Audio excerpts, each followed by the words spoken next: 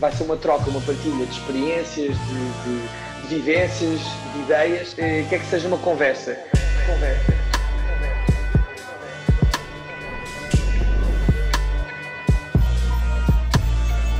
Primeiro, obrigado por teres aceitado o convite e receber-te aqui. Para mim é um pinch me moment mesmo, porque, como te disse há pouco, cresci contigo na minha sala de estar. Numa altura em que não havia Instagram, não havia TikTok, Exato. Não havia nada disso, e tu eras, pronto, tu e os outros personagens dos Morangos com Açúcar eram a minha companhia e a de muitos da minha geração. Portanto, pronto, é mesmo um prazer estar aqui contigo, estou um bocado nervoso. Não estejas, acho que não há razão nenhuma para estares, vai ser mesmo uma conversa completamente tranquila, meu.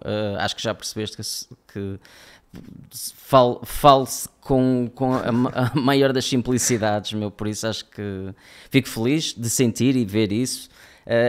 Ainda no outro dia estava a pensar, pá, isto foi a geração que assistiu, os adolescentes que assistiram a estas temporadas dos Morangos com Açúcar viveram um período muito específico, quer dizer, isto foi antes do boom das redes sociais, foi quando ainda os miúdos brincavam lá fora, foi quando só havia quase 4 canais. Há uma memória associada a isso, também não só dessa época, mas uma memória, há uma nostalgia dessa época, do como se vivia nessa época, e nós somos provavelmente um símbolo do que era essa época. Então quando se recordam, quando vêm os Morangos, acho que não é só o que eles sentiam, ou o que vocês sentiam a ver-nos, mas o que sentiam naquela altura, é quase como se fosse um símbolo dessa altura. Yeah. Sim, tu és um símbolo nostálgico, é isso mesmo. Yeah. Acho que descreveste super bem. E tu tens 42 anos atualmente. Certo. Embora te diga que pareces zero, não me pareces nada ter 42 anos. Parece que ainda nem nasci. Calma também, mas eu acho que isso eu já te disse isto há bocado e volto a repetir porque isto tem que ficar registado. Acho que tem a ver com a altura, meu. Pois tem, mesmo. Nós baixinhos envelhecemos melhor. Verdade. Tu também não me das 33, ou dás? Se calhar davas. Não, não pareces ter 33, eu por acaso dava bem menos, eu sabia que estavas na casa dos 30, também eu fui ouvir algumas coisas tuas para te conhecer um bocado, e eu não sabia que já tinhas gravado esse podcast há 2 anos, na altura tinhas 31, quando o fizeste, e quando ouvi 31, estás a ver, até achava que eras mais novo, por isso estás muito bem, pá. Estamos bem. E dizer-te, pronto, eu gostava de começar pelos Morangos, provavelmente é dos temas que tu mais falas, mas acho que é inevitável. Sim. Pronto, e para mim que era grande fã, faz todo sentido começarmos por aí. Porque tudo o que eu ouvi sobre ti tu já lá estavas, mas eu gostava de saber como é que foi o processo de seleção.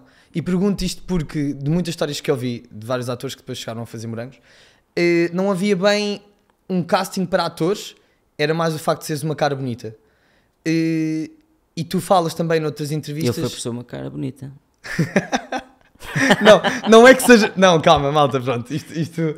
Agora eu vou ter de ser tirado de contexto e peço que te estou a chamar feio. Mas este riso tem que ser apanhado em grande plano, fazer um replay desse riso que tu fizeste. Não, Tiago, muito bem parecido, mas não é isso que eu quero dizer. O que eu quero dizer é que tu tens formação de ator desde jovem. Tu estudaste no Ballet Teatro no Porto. E depois aos 18 anos, em 2003, vieste para o Conservatório de Lisboa. E em 2005 começas as gravações dos Morangos. Exato. Pronto. E o que eu quero dizer é que tu foste casted, foste escolhido como ator. Sim. Pronto, e como é que foi o processo de seleção? Foi muito... Olha, eu não passei por toda aquela triagem que os atores, o elenco fixo passava, porque partia partia do diretor do canal, na altura era o José Eduardo Muniz, que escolhia também, e tinha uma grande responsabilidade nisso, de escolher os atores que participavam no elenco fixo. Eu, como era um personagem que ia só lá estar 2 meses, fui uma escolha penso que foi o Atílio Ricó, que era o diretor o coordenador de projeto na altura dos Morangos, que me viu e achou que eu encaixava dentro daquela personagem que era um geek, um nerd, que ia só lá estar, entrava nas férias da Páscoa, ficava só ali aqueles mesinhos. O que acontece é que foi logo muito impactante. A minha entrada fez logo ali muito burburinho, era uma presença atípica, não tinhas nenhum personagem até então que tivesse aquelas características, e eu acho que que criou o impacto e fui logo, passado pouco tempo, tive logo a proposta de renovar e ficar lá por mais tempo. Depois a série de verão da temporada 2 foi provavelmente aquela que teve mais audiência, foi muito bem conseguida,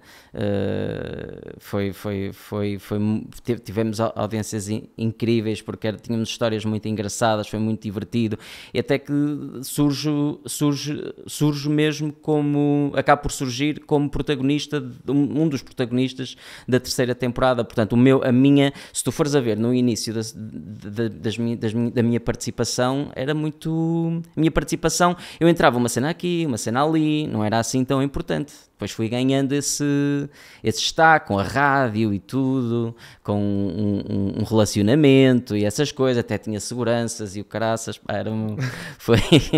eles desenvolveram ali umas histórias muito engraçadas. Mas porque é que achas que tu entraste com uma personagem que era suposto ser de 2 meses e passaste para uma personagem que depois veio a ganhar tanto destaque? Achas que foi o teu trabalho ou foi... Sim, tenho a certeza. Okay. Tenho a certeza que foi, porque foi...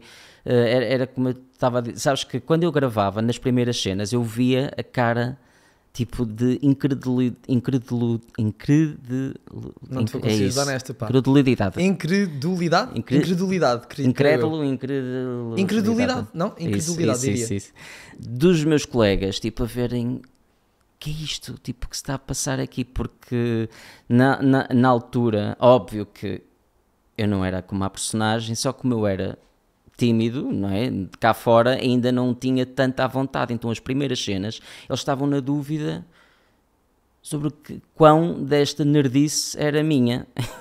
Então aquilo estava, não sabiam se sabiam de rir da personagem, ou do que estava a acontecer ali, ou da reação das pessoas ao que estava a acontecer ali. Sei que criou bastante impacto, e foi por causa disso que deixou de ser.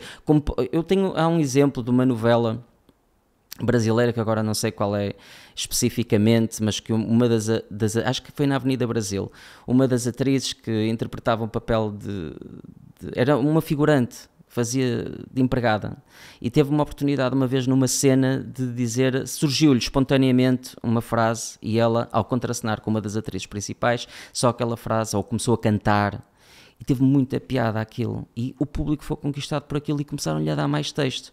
Claro que isto é um extremo, mas no meu caso foi de certa forma um pouco parecido, porque o pouco que me deram, consegui mostrar algo que deu vontade às pessoas de querer ver mais.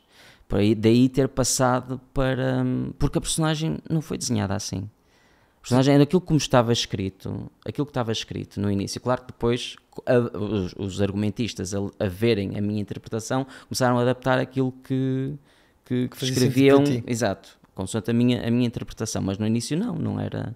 Não tinha... muitas das coisas surgiam de improviso. Até que, por exemplo, a questão do copo de leite foi uma cena de improviso, não estava escrito, depois foi aproveitado.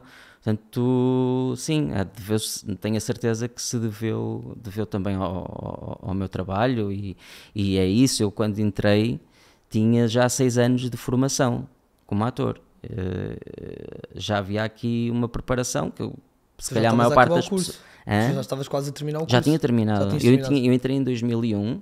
No conservatório, terminei em 2004, e pouco tempo depois, e nesse ano faço uma campanha de 5 anúncios para o Bilimonada, que convido-te a ver, porque acho mesmo que foi dos anúncios mais engraçados, que foi sem dúvida um dos anúncios muito engraçados que eu fiz. Não sei se foi dos mais engraçados que eu vi, mas é sem dúvida muito engraçado. Era um que era assim, Bilimonada, era assim uma cena? Sim. Era desculpa lá entrar aqui no duche, mas leve e fresco, é o Bilimonada, vai bem com tosta, vai ter com... tosta, pipoca, bitoque e até uma boa limonada. Enquanto isto está a Rita Pereira a tomar, que ele ainda não tinha feito os morangos, está a tomar banho, eu entro lá, entro no duche, desculpa lá entrar no duche, mas leve e fresco, é o Bilimonada. E que era sempre a destruir. Por exemplo, era um anúncio de shampoo, eu entrava para falar do Bilimonada. Era um anúncio de iogurtes com a Cláudia Vieira, eu entrava para falar do Bilimonada. Aquilo tinha muita piada, e acho que isso foi talvez o que levou o coordenador de projeto a pensar em mim para aquele papel, porque até então não tinha quase me mostrado publicamente, mas esse anúncio foi muito impactante cá fora. Houve até uma frase que ficou, de certa forma, ali um bocado viral, num dos anúncios, que era o Likes, era um anúncio de terror, em que eu... Pá, mas depois, se tiveres a oportunidade, ver que acho que está muito bem feito, a realização e tudo, e isso acho que foi uma das alavancas para eu ser convidado também. O Tiago moldou o Crómio, então. Há uma grande parte do Crómio que se calhar é o Tiago. Quando o Tiago tem o Crómio e quando o Crómio tem o Tiago? Olha, eu acho que eu não consigo dissociar, apesar de eu ser muito diferente da personagem e ter mesmo uma forma, como podes ver, uma forma de falar e de estar diferente da personagem. Acho que todas as personagens têm que ter características nossas, mesmo que sejam características escondidas, que conforme as circunstâncias aparecem mais ou menos. E eu acho que tinha aqui, sem dúvida, talvez uma visão idílica do mundo, que eu já tive, que eu gostava de ter, que eu gostava que o mundo fosse assim, um mundo feito de bondade, em que as pessoas podem ser genuínas, em que não é o físico que importa, mas aquilo que nós somos, as nossas ações, os nossos valores que realmente valem e que devem importar aos outros. Acho que era isso que nós tínhamos em comum. Bonito. Desculpa, eu pensava que ias continuar, então já estava aqui preparado para te continuar a ouvir. Mas tu falaste-me do físico. E também já falaste noutras entrevistas que é uma questão que, pronto, mexeu contigo. Sim. O que é que achas que impactou nessa altura? Era pela tua idade, porque tinhas 22 anos? Era por seres baixo? Era por não teres o típico aspecto de galã de novela? Porquê é que sentias que isso era um tema? Eu acho que foi por ser associado também a uma personagem que sofria bullying. E então era uma característica que foi muitas vezes tipo, abordada, repetida. Se calhar hoje em dia já não se escreveria e faria certas coisas que fizeram na altura, já era considerado se calhar demasiado, porque mesmo certos nomes que me chamavam à personagem, se calhar hoje já não haveria esse tipo de abuso. Se fosse uma escola já não haveria, ou então seria condenado pelas personagens, tipo, poderia haver uma personagem que fizesse isso, mas logo era condenado por um que dava o valor ou a razão moral que ia defender, quer dizer, as más pessoas existem e não podem deixar de existir na ficção.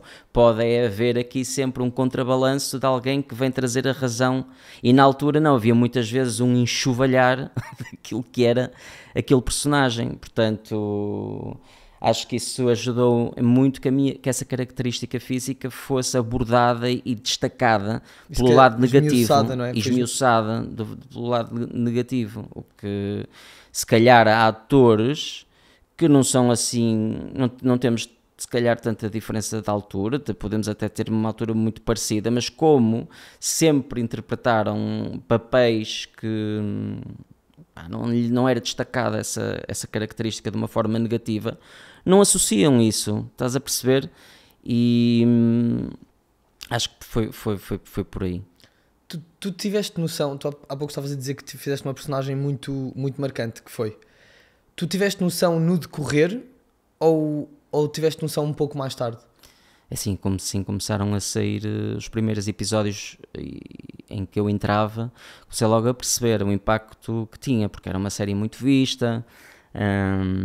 Foi logo uma avalanche, sim. Não demorou assim muito tempo a ter esse impacto. Claro, quanto mais tempo passava, mais eu tinha importância na trama e mais tempo passava na televisão, mais as pessoas me viam, mais abordado era. Mas era a loucura mesmo.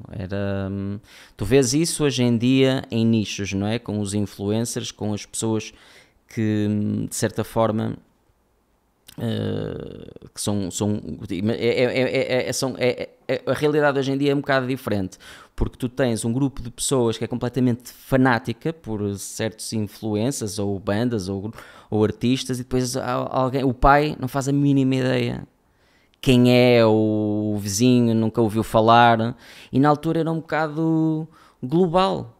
as pessoas sabiam, mesmo que fosse tipo que não ligasse, o pai da minha mulher sabia quem eu era, tipo, e nunca lhe apeteceu se calhar muito ver morangos com açúcar, mas quando encontrava o Chromie ele achava piada e achava que, olha, este é o único que tem inteligente ali, isto é o único que olha, este é aquele que tu deves ouvir para a filha. Acho que até ganhei pontos por isso depois. Sim, que ele nunca foi assim, teve muita resistência com os namorados da Marine, mas quando eu entrei ele lembrava assim, isto é de confiança. E tu ambicionavas isso?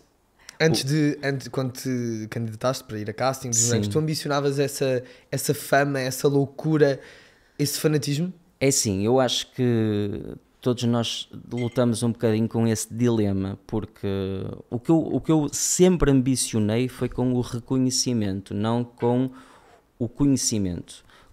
Era com o reconhecimento do trabalho que eu fizesse, não é? Com a qualidade. Eu nunca quis ser famoso por ser famoso. Aliás, eu nem gosto do ser famoso. Eu gosto de que reconheçam o meu trabalho por algo que é bom, que foi bem feito, que foi estudado, que foi pensado. Agora, isso sim, isso quer dizer, sendo ator, é sinal de que estás a fazer bem as coisas. Agora, ser pelos piores motivos, eu sempre evitei ser motivo de conversa ou de notícias por coisas que não tivessem a ver com a minha área, ou então é por motivos tipo, por exemplo, que eu acho que são coisas bonitas de saber da minha personalidade, como a minha relação com a Marine, acho que se for por aí, sim, agora só por ser famoso, acho que nunca foi esse o objetivo. E sabes que tu falas muitas vezes de que essa fama, assoberbada fora do ecrã, te trouxe também coisas menos positivas, não é? As pessoas deixaram de respeitar o teu espaço pessoal, fisicamente falas de grupos, às vezes de pessoas a agarrarem-te a mandar-te ao ar. Sim. Pronto, acredito que isso seja muito chato de ser vivido. E na altura foi. Na altura acredito que tenha sido. Hoje é uma história engraçada, ou são histórias engraçadas, mas sim, mas que desculpa. Não, mas isto para te dizer, já reparaste que o facto de teres sido tão bom no teu trabalho levou-te também aqui a esta parte menos positiva. E o que eu também te quero perguntar é difícil, e tu ainda há pouco disseste, é difícil dissociar o Tiago do Chromio. Tu sentes que isso na tua carreira como futura de ator te prejudicou? Teres sido tão bom a representar o Chromio?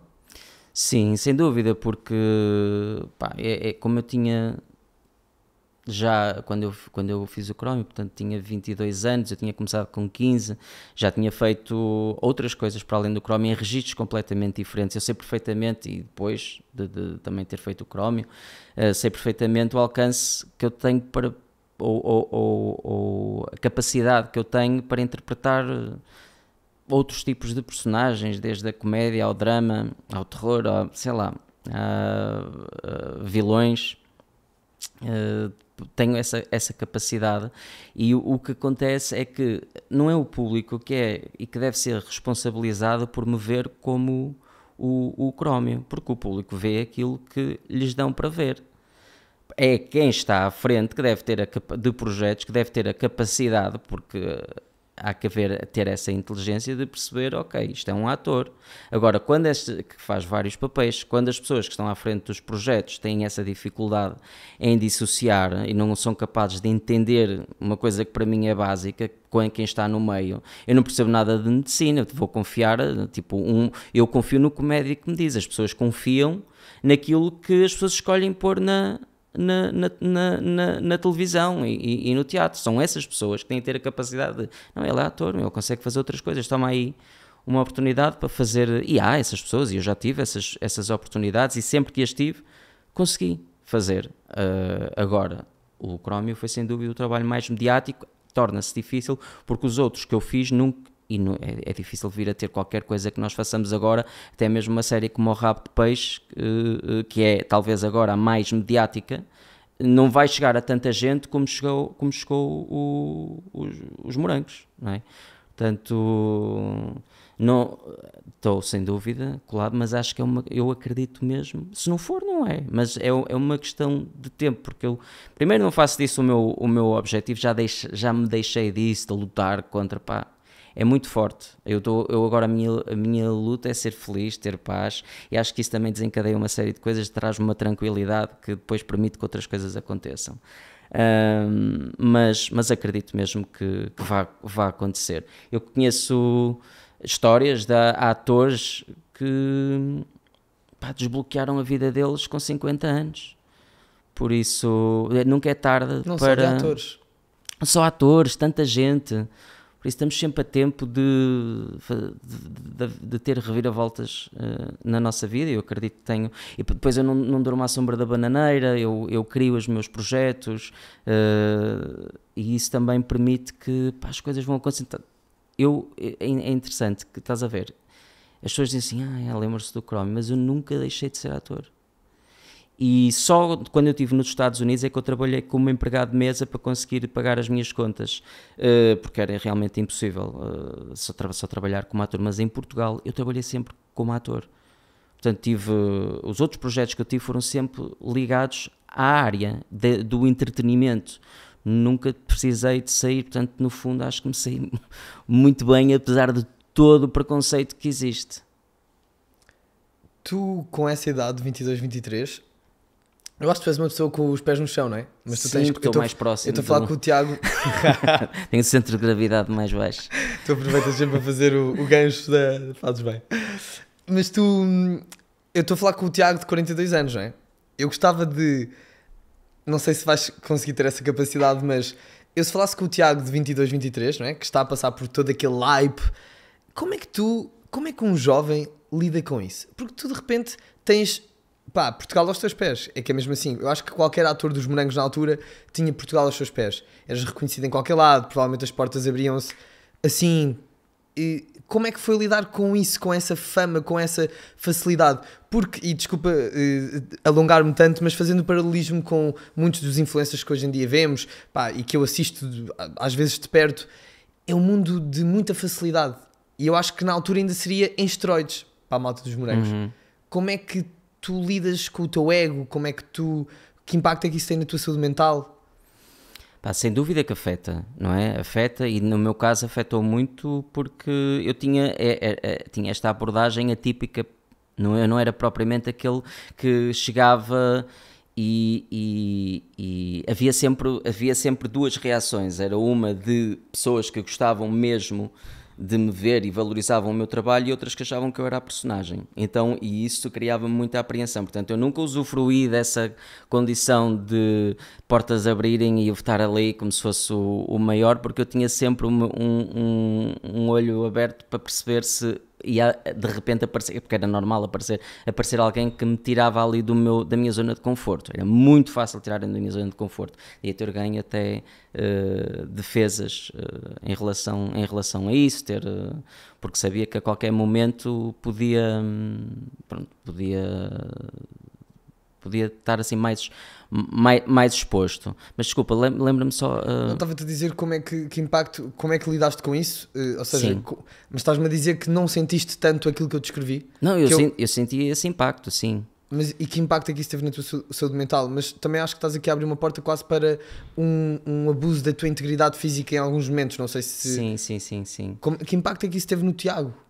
Como é que tu viveste com isso com 22 anos? Porque tu eras um miúdo. Acabou por me fechar bastante, sim, como pessoa, porque eu era uma pessoa que acabava por ser muito bem disposto e extrovertido, que de certa forma não tinha problemas nenhuns em estar a brincar na rua, se fosse preciso ser criança na rua, não tinha problema nenhum. Ali comecei a sentir os olhares todos em cima de mim e acabava por me condicionar bastante. Portanto, sim, durante muito tempo tive de trabalhar isso. Foi um alívio quando eu de repente vou para os Estados Unidos e ninguém me conhece. Portanto, sem dúvida que eu sentia-me condicionado por isso, e afetou a minha saúde mental. Tive que trabalhar muito. Hoje em dia valorizo bastante o poder de certa forma voltar a ter isso, apesar de continuar a sentir os olhares porque me reconhecem. Não tem nada a ver com aquilo que era na altura. Hoje em dia trabalho, e isso a Marina ajuda-me muito também, é que eu não deixe de fazer aquilo que me apetece. Se vamos para os bailaricos, da terra, eu vou dançar, porque no fundo, as pessoas dão-te ali uma atenção de 2, 3 segundos, mas depois cada um está preocupado consigo próprio. Aquilo que nós fazemos no fundo não tem muita importância na vida dos outros, e eu se pensar nisso também dar-me alguma tranquilidade.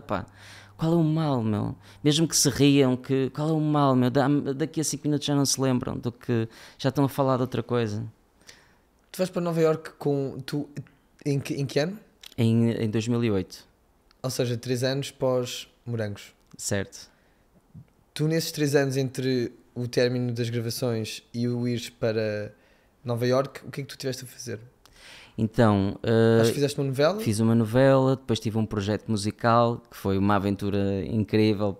Convidaram-me para integrar a banda chamava-se Tiago, portanto não era integrar uma banda. Não era os Tiagos? Não, era Tiago. Era Tiago. Era Tiago, Okay. Nem era, era um nome próprio. Eu depois é que convidei, não era banda, era um nome próprio. Depois eu é que convidei os outros músicos que eu conhecia para integrar a banda comigo. Fiz esse projeto que deu para um ano inteiro. Fiz uma peça no Teatro de Campo Alegre, que foi muito fixe, com o Save a Troupe, uma peça que adorei fazer, que hoje em dia teria muita resistência a fazer, se calhar o que fiz na altura, que foi tive nu em palco, naquela altura, eu queria rasgar mesmo completamente toda e qualquer imagem, assim, se é para rasgar a imagem, vou aparecer nu, para não pensarem mais no crómio. Espero que tenhas defendido bem a honra dos homens pequenos. Exato. Dos homens baixos. Sim, exato. É diferente ser um homem pequeno e um homem baixo. Exato. E acho que foi principalmente isso. Depois havia sempre muitos trabalhos à parte, não é, que iam acontecendo, coisas pontuais, mas nunca tive verdadeiramente parado até ir para os Estados Unidos. E tu em 2008? Participei no Dança Comigo, fui à final do Dança Comigo, que era um programa de tipo dança. Dança com Estrelas, não é? Era tipo a versão anterior. Exato. Fui à final. E ganhaste, não? Não. Ganhei o Sónia Araújo. Ok. Mas foi muito fixe. Voltei agora lá há 2 anos, também fui à final outra vez. Portanto, é algo que também gosto de fazer, dançar. Adoro exprimir-me através da dança. Portanto, sim, esses anos, desses 3 anos, ainda tive muitas coisas. Houve muitos projetos a acontecer. Uma pessoa consegue, na altura conseguia se enriquecer a fazer morangos, não? Não, a fazer morangos não. Tu podias era ganhar um pouco mais de estabilidade com tudo aquilo que aparecia à parte. Sim, à parte. Por exemplo, uma das coisas que me trouxe, benditas presenças que aconteciam nessa época. Tu fizeste presenças? Então eu achava que isso era só para a malta do Big Brother, tu também andaste a fazer? Sim, não, nós nos morangos fazíamos muitas presenças. Tipo discotecas de Friamundo, Coimbra. Sim. Passos de Ferreira, tudo assim, mano. Nós rodávamos o país todo, andávamos por todo lado, e isso é que sim nos ajudou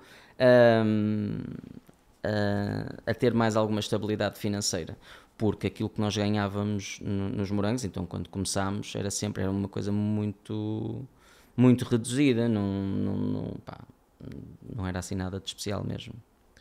E tu, porquê é que decides ir para Nova Iorque? Eu sei que foi porque foste atrás de aprofundar os teus conhecimentos em técnica de Meisner. Sim. Que, de uma forma, eu perguntei ao ChatGPT, resume numa frase o que é a técnica de Meisner. Sim. No fundo, corrige-me se eu estiver enganado, é encarar a representação como reagir e não é react, don't act. E é uma frase que acompanha esse método, que é acting is living truthfully under imaginary circumstances.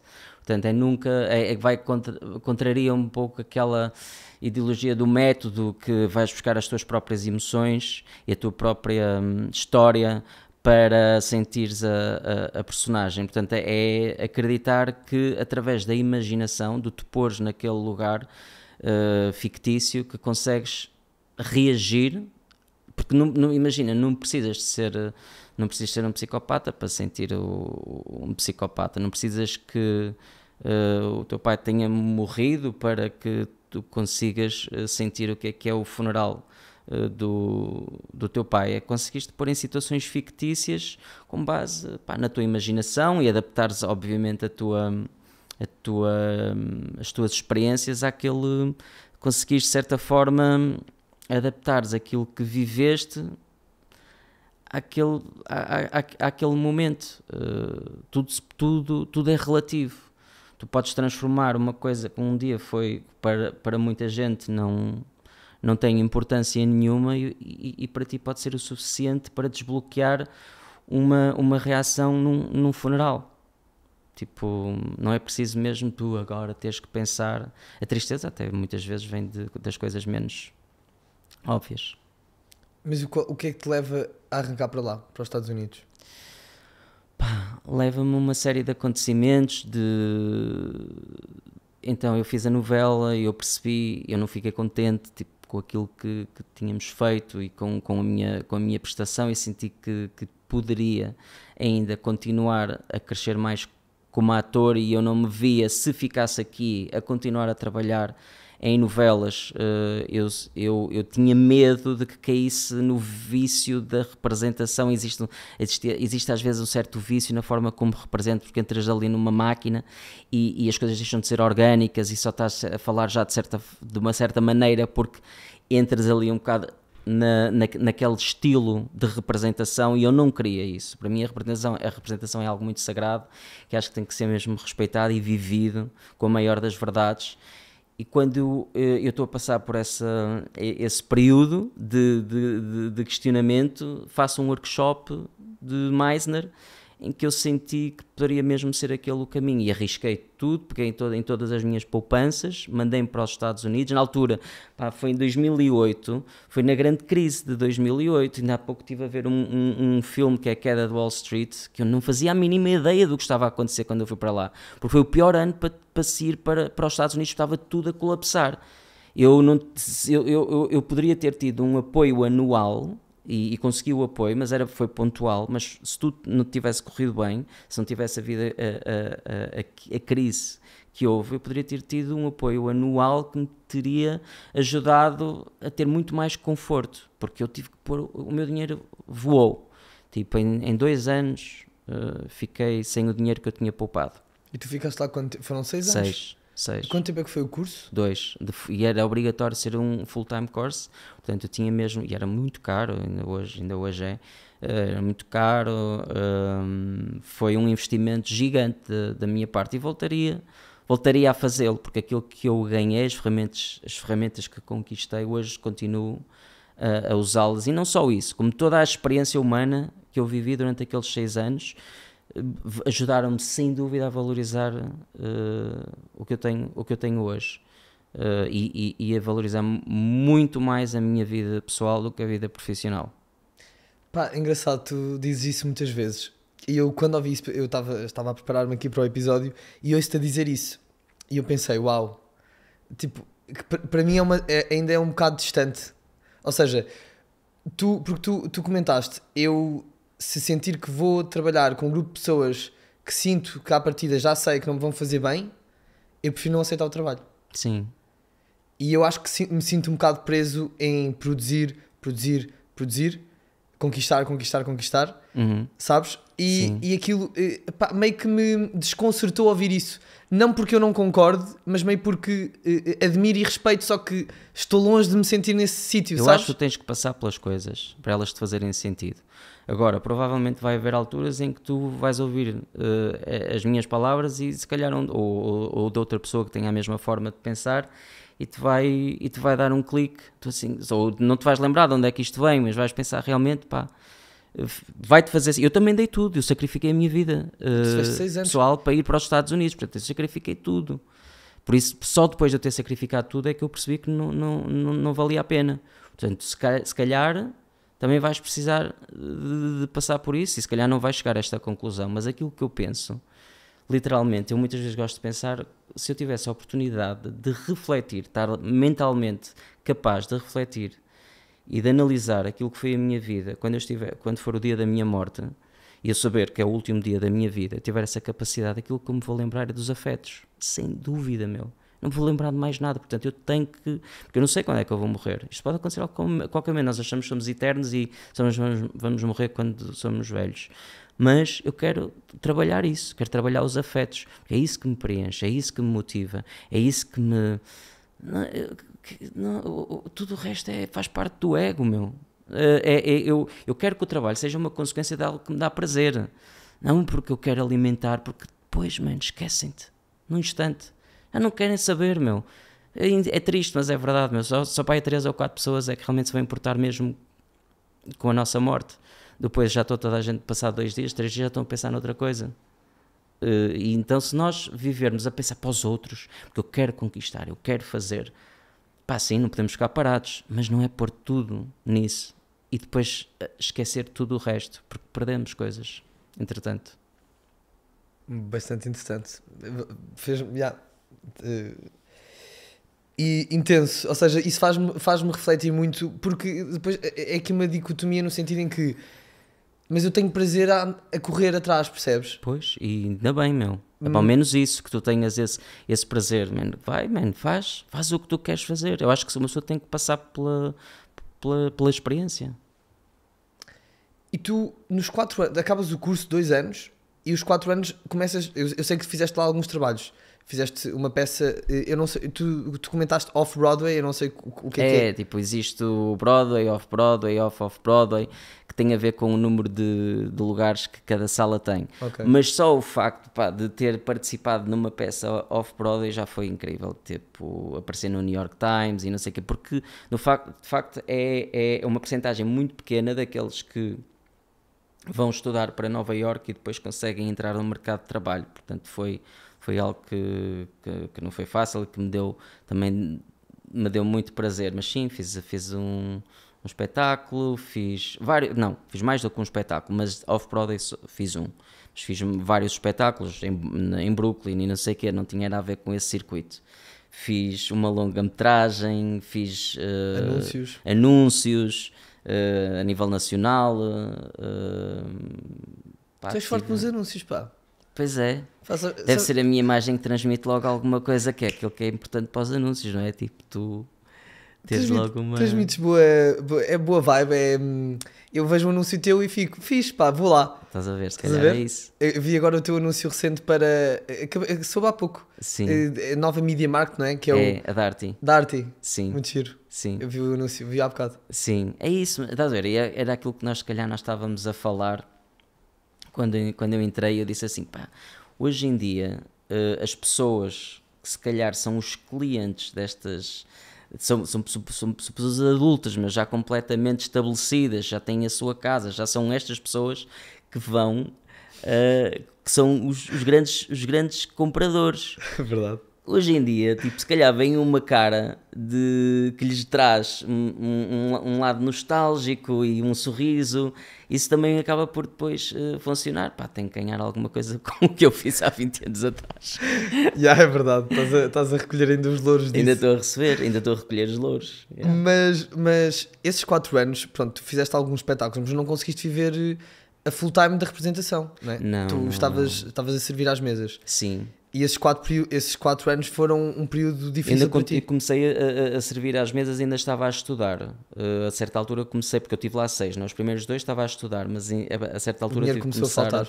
Sim, tive que começar a trabalhar na restauração. Mas é quando se encontra, tudo gira à volta das pessoas.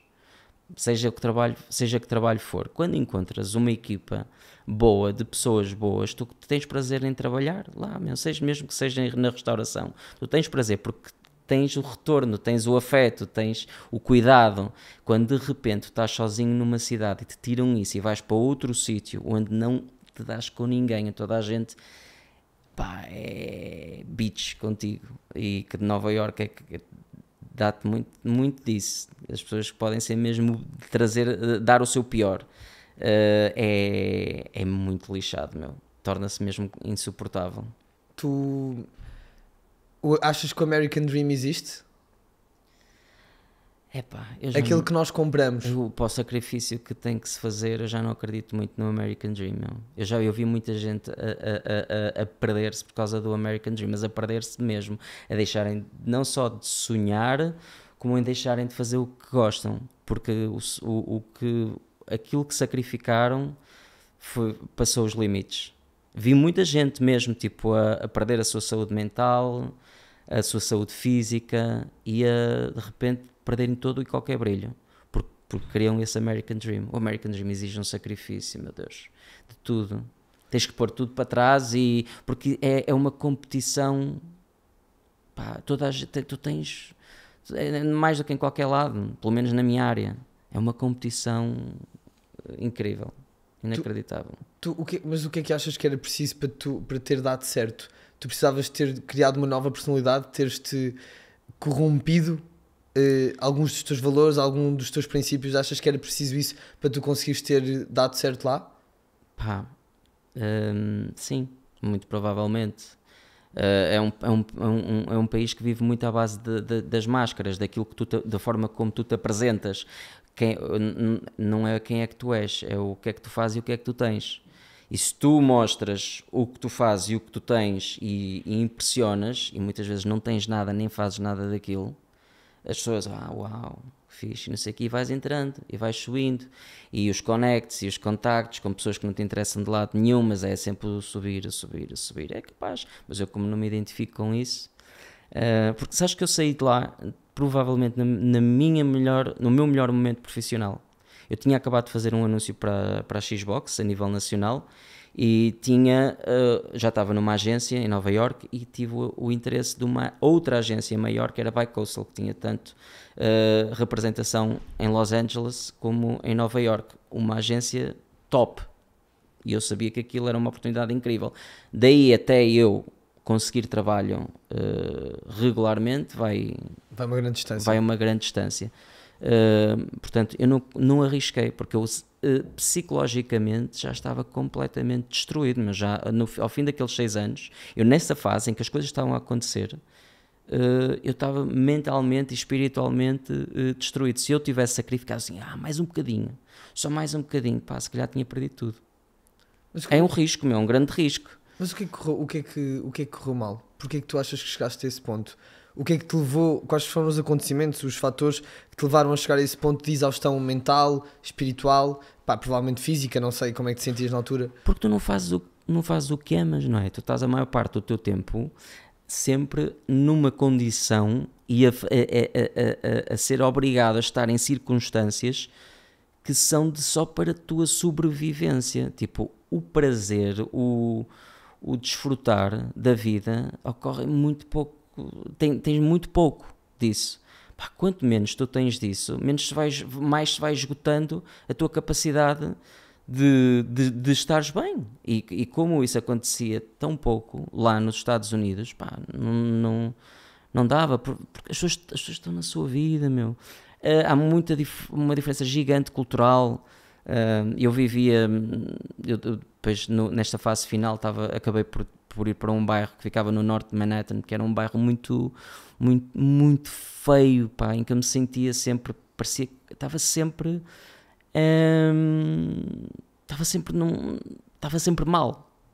Nunca me sentia, era raro me sentir inspirado. Até o próprio Central Park, eu percebo que seja muito bonito ir lá de férias e ver o Central Park, mas a mim já me parecia mais um aquário, meu, tipo, que não era, tens aqui, olha, um bocadinho de natureza para usufruires, vai lá correr e sentes-te melhor. Parecia-me tudo tão falso, que é um retângulo que tu tens. Central Park é um retângulo que foi feito pelo homem. Sentia falta disso, mas tu tens os prédios que te impedem de ver o sol, é tudo, tem o frio, a chuva. Até quando neva é quando é mais bonito. Mas adorava voltar a Nova Iorque para ver com outros olhos. Mas sem dúvida que emocionalmente e espiritualmente não é aquela cidade que eu me identifique. Não mesmo. Mas achas que não te identificas porque as coisas não correram como tu provavelmente ambicionavas? Porque eu não sei. Achas que ias sentir isso de qualquer maneira? Sim. Okay. Sim. Eu muitas vezes eu penso, se eu fizesse assim um projeto longo, é preciso pensar, será que vale a pena tu sacrificares tudo por um projeto que é aquele que tu sempre ambicionaste, profissionalmente, em que tu vais concretizar tudo aquilo que tu queres, profissionalmente, mas tudo o resto cai. Pá, o que é que resta, não é? Eu penso muitas vezes nisso, eu já não estou disposto a isso, e eu acho que por isso é que eu penso mesmo muitas vezes antes de aceitar trabalhos, mas nos Estados Unidos seria outra liga, não é? Tipo, por isso é que Eu penso que mesmo que tivesse resultado, teria que ser um ambiente muito controlado para eu poder ser feliz. Hoje, se calhar, se a Marina estivesse lá comigo, se nós pudéssemos controlar de certa forma, não sermos reféns das circunstâncias e das condições, mas podermos ter o nosso espaço e o nosso tempo, que nós valorizamos muito, e não nos sentirmos completamente reféns daquilo que nos pedem.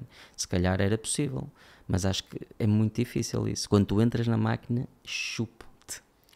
Quando tu dás dinheiro neste meio, já não és uma pessoa. A maior parte das vezes é tipo, vamos fazer. Por isso é que tu vês um Justin Bieber. Eu ia tipo, dar esse exemplo agora mesmo, o Justin Bieber. Esta rapariga, que eu não sei o nome dela, que I'm too perfect, I'm too fucking swing. Olivia Rodrigo, eu não sei o nome dela. Que lançou uma música no YouTube e passou a ser de repente, e agora está a desmaiar nos concertos. A Lola, sim. É arrebatador, meu. Tipo, tu entras porque depois é assim, bora, caralho. Tu vês o documentário da Anitta, não sei se viste. Já vi. Pá, ela tem que dizer, não, mano, já não aguento mais, tem que separar. Ela depois também teve agarrada às máquinas, acho que até foi um concerto que falhou no Marés Vivas, ou foi para o Marés Vivas já toda arrebentada e depois falhou os outros. Será que vale a pena, meu, isso tudo? Porque quando estás a dar dinheiro é quando estás a ganhar mais e estás a ter reconhecimento, mas também é quando vão querer, então anda, agora vais rentabilizar. E eu estou preparado para isso, mas não é para tipo agora façam o que quiserem de mim, porque aí perco o controle. É tipo, ok, quanto tempo? O que é que vai ser preciso? Ok, então tenho disponibilidade para isso, agora sacrificar tudo já não...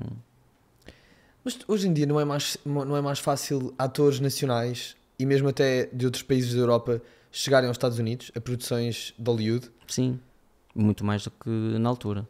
Porque hoje em dia nós temos as self-tapes e eu acho que na altura não era uma realidade tão...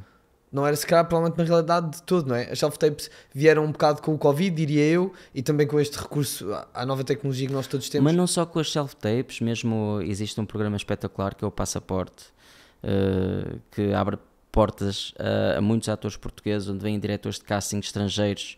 É a Patrícia Vasconcelos que organiza desde já há algum tempo, e muitos diretores de casting estrangeiros vêm a Portugal e conhecem os atores portugueses, e muitos têm já feito séries importantíssimas lá fora sem ter que, estás a ver, isso seria incrível, eu poder fazer isso era brutal, mas existe, é mais fácil agora.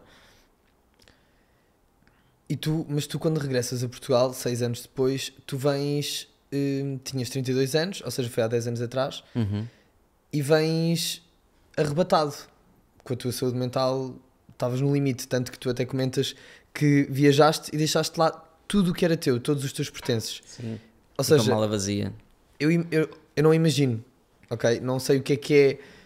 Tu estás tão mal ao ponto de não conseguir... Porque, por acaso tenho uma curiosidade e partilha só se te sentires à vontade, obviamente. Como é que tu não tiveste força para fazer as malas? Tipo, não te apeteceu? Querias... Sabes o que é que foi? Isso significava que era mesmo o fim.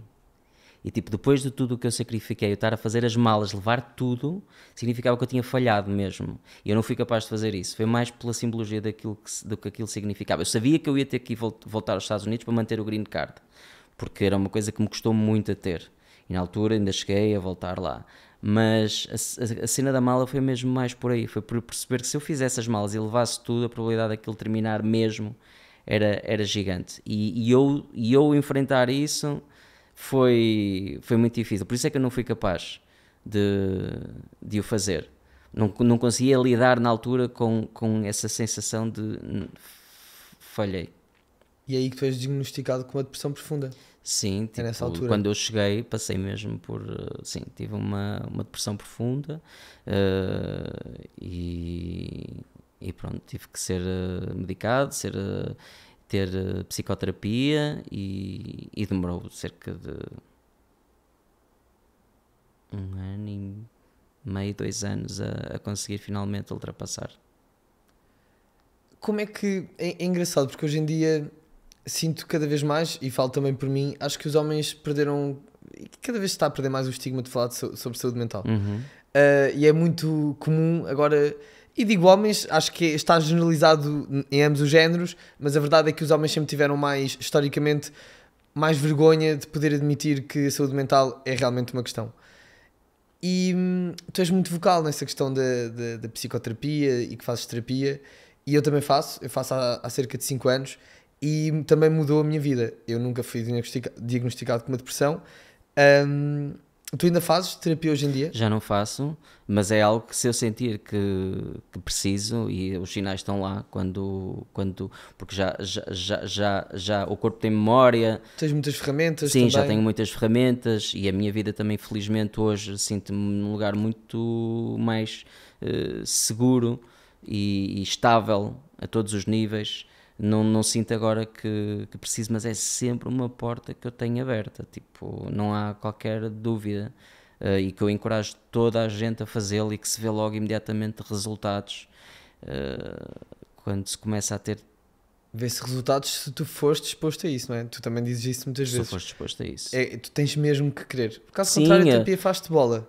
Exato, eu, por exemplo, eu tive logo a condição de abrir logo o jogo todo, porque eu pensei, se ele não souber o que é que realmente se passa aqui dentro, nunca me vai poder realmente ajudar, portanto, esconder porquê. E é isso, quando comecei a psicoterapia, tive logo que contar tudo, aquilo que sentia, que pensava, por mais envergonhado que às vezes pudesse ficar, com certos pensamentos que pudesse ter, que eu achava, fogo, ninguém tem este tipo de pensamento, será que eu sou o único que faço isto? E ele, não, Tiago. E ele fazia-me sempre sentir-me bem, não é? Ele assim, não, claro que não, há pessoas, acredito, eu tenho pacientes que passam por coisas ainda bem mais difíceis do que aquelas que tu estás a passar, não é desvalorizar o que eu estava a sentir, a dizer que se calhar não era assim tão atípico aquilo que eu estava a pensar, ou aquilo que me passava pela cabeça. Como é que tu saíste dessa tristeza, desse buraco, quando voltaste de Nova Iorque? O que é que te deu energia e força para sair? Está sentada além. Claro que foi o amor que te curou. Foi, sem dúvida foi o brilho da Marine, que contrastava, claro, com o meu estado de espírito, e nós, eu acho que deveria dar um documentário incrível, ver dois seres com energias completamente diferentes, por mais que ela estivesse a passar também por um período mesmo muito difícil, só que a Marine tem emprenhado no corpo dela uma energia de sobrevivência e de ir para a vida com alegria, por mais difícil que seja a vida dela. Eu reservo-me e deixo afundar-me. Então era assim mesmo um contraste gigante, que por vezes era tão impactante que tinha que pedir silêncio para conseguir gerir aquilo que eu estava a sentir, mas por outras vezes era o combustível para que eu pudesse, que desbloqueava, e que finalmente eu respirava e tinha uma bolha de oxigénio que sentia tanta falta. E então foi aos poucos, e eu confiar 100% nela. Eu tive na altura o meu psicoterapeuta disse que eu não queria conseguir deixar a medicação, que era crónico, que eu era um doente crónico. Eu tomava doses muito, muito elevadas de antidepressivos e ansiolíticos, e no dia em que ele me disse isso eu fiquei tão revoltado, e a Marine comigo também, revoltada com aquilo. Até hoje não sei se foi uma estratégia dele para que eu me revoltasse e tivesse mesmo vontade de o fazer, mas decidimos em conjunto que eu ia fazer esse desmame, e fiz durante 6 meses um desmame, obviamente acompanhado e pensado, que foi muito difícil, mas que até há cerca deve ser para aí há 9 anos e meio, 9 anos, que já não tomo nada, nem antidepressivos, nem ansiolíticos, sinto-me muito bem. Tem a ver mesmo com práticas diárias e pensamentos, tudo aquilo que nós pensamos faz aquilo que nós somos também. E respeitar também, muitas vezes, nós não controlamos o pensamento, mas é o que é que nós alimentamos, o que é que nós transformamos em ações. É isso que que faz de nós as pessoas que somos. É assim, os outros que vêm e que nós não nos interessam, os pensamentos que vêm que não nos interessam, eles podem vir, não fazem de nós o que somos. Retiro aquilo que disse. Os pensamentos fazem que nós somos, as ações fazem aquilo que nós somos. Os pensamentos não os controlamos, mas escolhemos aqueles que queremos transformar em ações. E então, repetidamente, sempre alimentando aqui uma forma de estar e de viver que contradizia aquela tristeza. Pá, muito interessante, por exemplo, eu tinha um hábito, pá, sempre que eu falava com os meus pais ao telefone, eu tinha o hábito de, estava bem com ela, não é? Isto no início, estava bem disposto, a rir-me, os meus pais ligavam, assim, eu estava a falar com ela assim, já ligaram assim, estou, sim. Porque era um hábito, meu, de quase como se eu agora mostro que estou bem, eles já vão achar que eu estou bem e já vão pedir, já vão exigir outras coisas, outro estado de alma, tipo quando estiver com eles e eu não posso, porque eu não tenho capacidade, isto é muito recente, então não posso mostrar. Então, assim, o que estás a fazer, meu? Permite-te, caraca, meu, estás aqui bem, vais-lhes roubar a felicidade de te ouvirem bem, eles são tão preocupados contigo, vais-lhes roubar isso, tipo, dá-lhes um bocadinho, tão preocupados contigo, e aos poucos eu comecei a... Olá!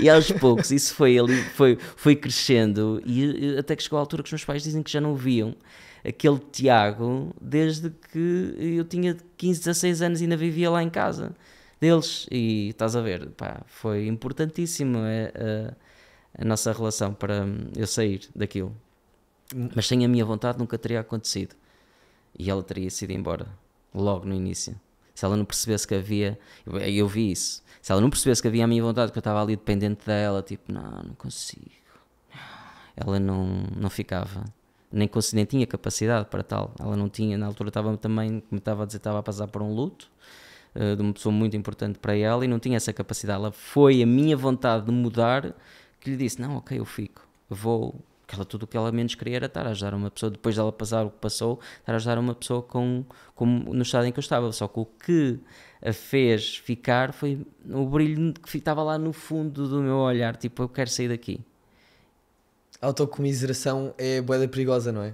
Quando estamos em fases difíceis da nossa vida, é muito fácil termos pena de nós próprios. A vitimização. E eu próprio, às vezes, estou a passar por A ou B problemas de primeiro mundo, diga-se de passagem. Sim.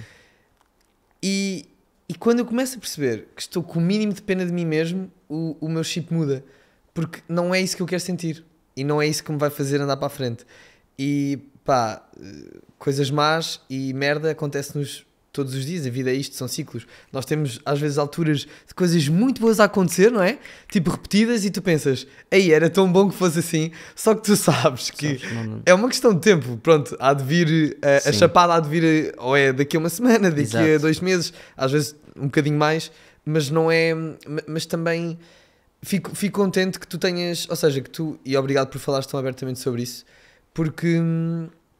acho que às vezes as pessoas têm vergonha de admitir que têm pena delas próprias. E acontece muito. Porque também acho que é parte da condição humana, não é? É. Nós temos... como temos pena dos outros, às vezes acabamos por nos vitimizar. E ficar agarrado às mesmas justificações.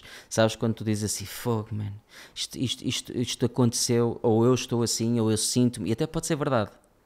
Mas sempre aquele episódio que despoltou isto, uma situação específica que tenha despoltado isto, e tu não te conseguis largar disso, quase como se, não, pá, isto é o motivo porque eu estou assim, fui injustiçado. Pá, isso não, por mais verdade que seja, não nos leva a lado nenhum, meu. É o conseguir trabalhar o facto de que é sempre um dia novo, uma oportunidade, um dia novo é uma oportunidade para tu saíres daquilo tudo, para tu, ok, pronto, aconteceu, e hoje posso criar outras memórias, e hoje posso ter algo que me vai ajudar, posso fazer algo que me vai ajudar a sentir-me melhor, e isso, pronto, foi difícil de contrariar, mas consegui. No fundo é o que tu disseste há pouco, ou seja, a atitude, contrariar o pensamento, leva-nos a uma nova realidade. Exato, olha, por exemplo... passei a apreciar muito as coisas simples da vida, o caminhar a pé pá, depois acabámos por ir viver para um sítio que eu adoro, que estamos ali mesmo ao lado do mar, e eu adoro estar perto do mar. Fazemos quase diariamente caminhadas de 1 hora junto ao mar, e ser grato por isso, ser grato por coisas simples. Olha, a gratidão ajuda-me bastante a perceber, pá, que, olha, sou um privilegiado, pá, tenho isto, ainda por cima nos dias de hoje. É mesmo isso, são problemas de primeiro mundo que muitas vezes nós estamos preocupados com coisas que noutros sítios, pá, quem dera a tanta gente poder se preocupar com essas coisas. Sim, mas eu também muitas vezes digo isto a mim mesmo, mas também acredito no que vou dizer, que é, não para aliviar a dor, mas também é a nossa realidade, também temos que nos permitir, não é? Certo. A viver esses problemas de primeiro mundo. Certo. Por um lado, ainda bem que temos problemas de primeiro mundo, mas sem dúvida que pensar que há sempre alguém pior que nós, por muito egoísta que isto seja, porque isto é altamente egoísta, alivia um pouco, não é alivia, ajuda-nos a colocar as coisas em perspectiva, e acho que isso nos ajuda a faz... relativizar, não quer dizer que o problema não esteja lá, Certo. e que tu não tenhas que resolver, não é tipo, não interessa, não, mas tira peso só, e o tirar peso já ajuda bastante. Tu não pensas, isto é o pior que me podia acontecer, não é o pior, podia acontecer, está bem longe de ser o pior que podia acontecer, é um problema, dá para resolver, mas se tivermos calma, percebemos que não é assim tão importante. Como é que tu e a Marina se conheceram? Porque tu falas muitas vezes da Marina, mas eu não, de tudo o que eu ouvi, ainda não percebi como é que vocês se conheceram. Como? Nós foi por uma questão de 5 minutos que nós não nos tínhamos cruzado, portanto foi um acaso mesmo. Acreditas em coincidências antes de avançar? Sem dúvida, fogo. Então isto só pode ter sido mesmo. Ou então nós aproveitámos esta casa e transformámos a nossa vida, porque sem dúvida que foi a maior coincidência que poderia ter acontecido. Eu ia ensaiar, estava a ensaiar para um espetáculo. A Marin estava com um amigo em comum que nós tínhamos que fazia parte desse espetáculo, e ele ia ensaiar comigo, e ele tinha almoçado com ela e disse, ok, olha, ela ia-se embora, ia apanhar o autocarro. Ele disse, olha, pronto, se quiseres passa lá só ali, vou só ali a casa e depois podes ir. Está lá também um amigo meu que vai fazer um ensaio comigo, mas se quiseres, pronto, olha, vem só até ali comigo e depois já podes ir na boa. E ela foi, nem ia subir nem nada, só foi, ia acompanhá-la até à porta. E eu estava à porta da casa desse meu amigo e trocámos ali algumas palavras, e eu disse, eu nunca costumo fazer isto, nunca, não sou aquele tipo de pessoa que, ainda por cima naquela fase que eu estava tão mal, mas eu achei-lhe tanta piada que tipo, da forma de ser dela, que eu disse assim, olha, não queres, se calhar não me apetecia também ensaiar. Eu disse assim, não queres subir e assistir ao ensaio? E ela, ok, está bem. Então ela subiu e não chegámos a ensaiar, porque estivemos sempre a conversar. O nosso amigo, aquele era em casa dele, e ele começou a varrer a casa, a sacudir tapetes, a arrumar o lixo, e nós 3 horas numa bolha, andávamos os dois naquela altura a ver os mesmos vídeos de YouTube, uma cena tipo que dava tipo de autoajuda, as mesmas coisas, andávamos a ver os mesmos vídeos num guru, um Muji está no Alentejo, e nós aquilo foi todo tipo, quem é que anda a ver isto? Nunca mais vi esses vídeos, mas na altura estávamos os dois a ver ao mesmo tempo, e aquilo foi tema de conversa, então nunca mais deixámos de falar. Começámos a namorar, ela foi-se embora. Quando ela voltou pela segunda vez, começamos a namorar no segundo encontro que tivemos. Não foi namorar, não houve proposta de namoro naquele dia, mas a partir daí demos um beijo, e a partir daí nunca mais deixámos de estar juntos. Beijo no segundo date. Yeah.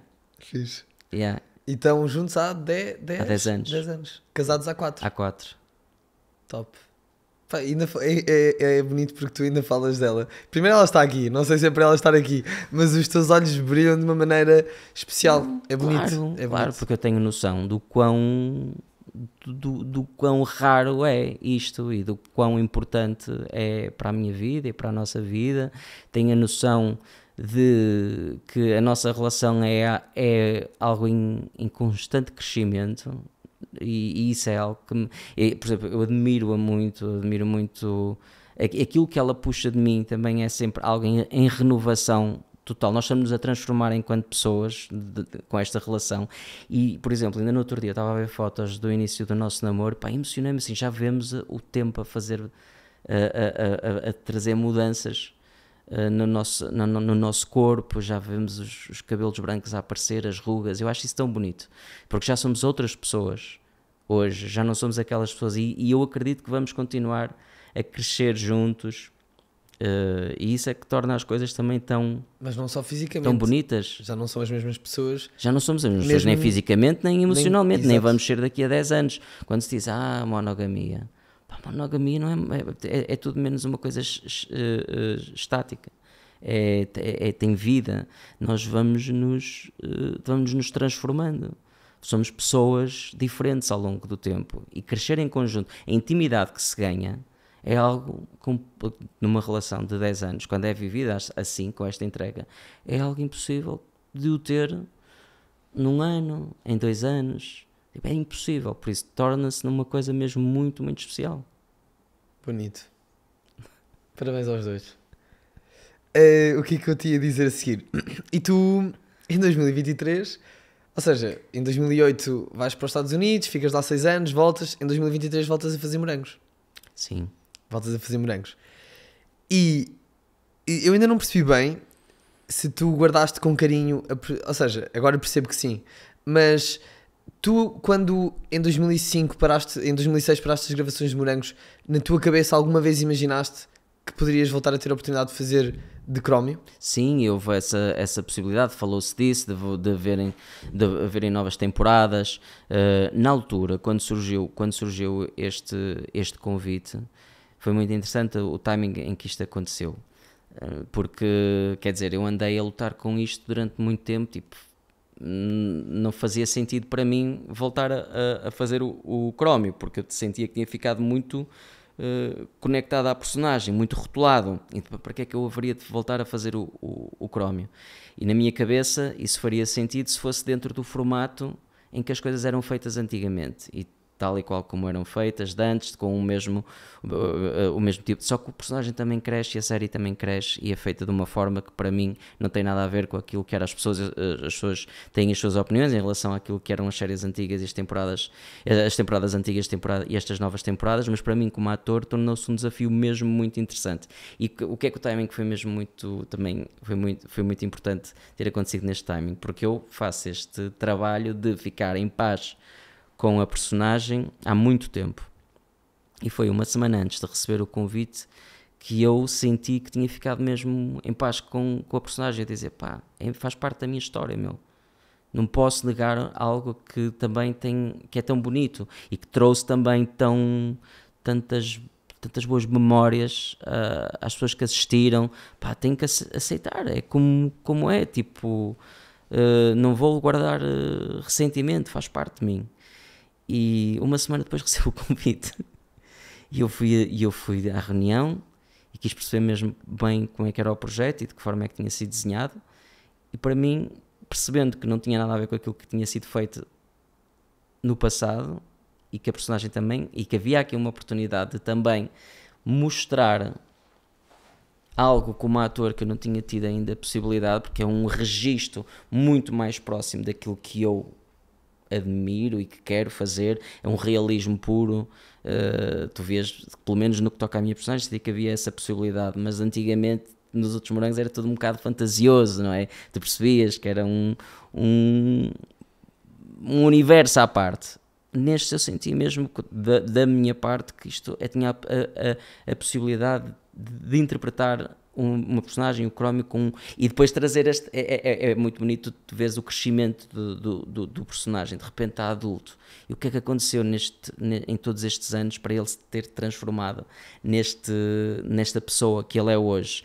Que ressentimentos é que ele tem, que dores é que ele tem, que peso é que ele carrega no olhar. Isso foi muito apelativo para mim, como ator. Então, percebendo o projeto, aceitei, e até hoje acho que fiz uma boa escolha, porque acho que depois disto muitas coisas surgiram por causa desse trabalho.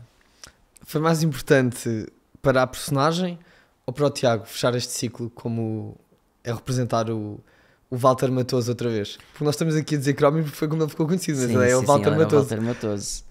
Eu acho que foi mais importante para o Tiago, porque não teve para a personagem, não teve no que toca às pessoas que assistiram. Acho que as pessoas continuam a ter a memória daquilo que aconteceu nas temporadas antigas, mas para mim, como ator, foi mesmo muito importante eu ter eu ter esta possibilidade de viver o Crómio desta maneira, de uma maneira que eu acredito mesmo ser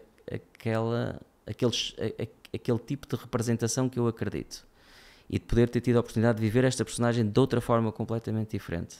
Para mim foi muito importante mesmo. Sentes que serviu para arrumar algumas gavetas e se calhar coisas que precisavam de ser arrumadas? Sim, acho que sim. Acho que ficou, as coisas ficaram assim, nunca, não, é impossível ainda até, não é possível que as pessoas de repente agora se esqueçam daquilo que aconteceu no passado e não olhem para mim com preconceito. É um trabalho que vai acontecer até mesmo depois da minha morte. Eu brinco às vezes com isso. Eu digo às vezes, imagina que num universo paralelo eu ganhava um Oscar e eu ia ao palco e aceitava o Oscar, a pessoa que está em casa a dizer, olha, o Crómio ganhou um Oscar. Mas é que era o que ia acontecer. Portanto, eu ali a interpretar, de certeza, para o ter ganho deve ter feito um filme incrível e uma personagem extraordinariamente bem interpretada, mas quem está ali a aceitar é o Crómio e não o Tiago, o ator que fez aquela personagem, percebes? Por isso eu percebo que as gavetas estão a ficar bem arrumadas em mim, dentro de mim. E isso depois também, claro, que acaba por, se estão em mim, depois acaba por ter ricochete na forma como as pessoas me veem, obviamente.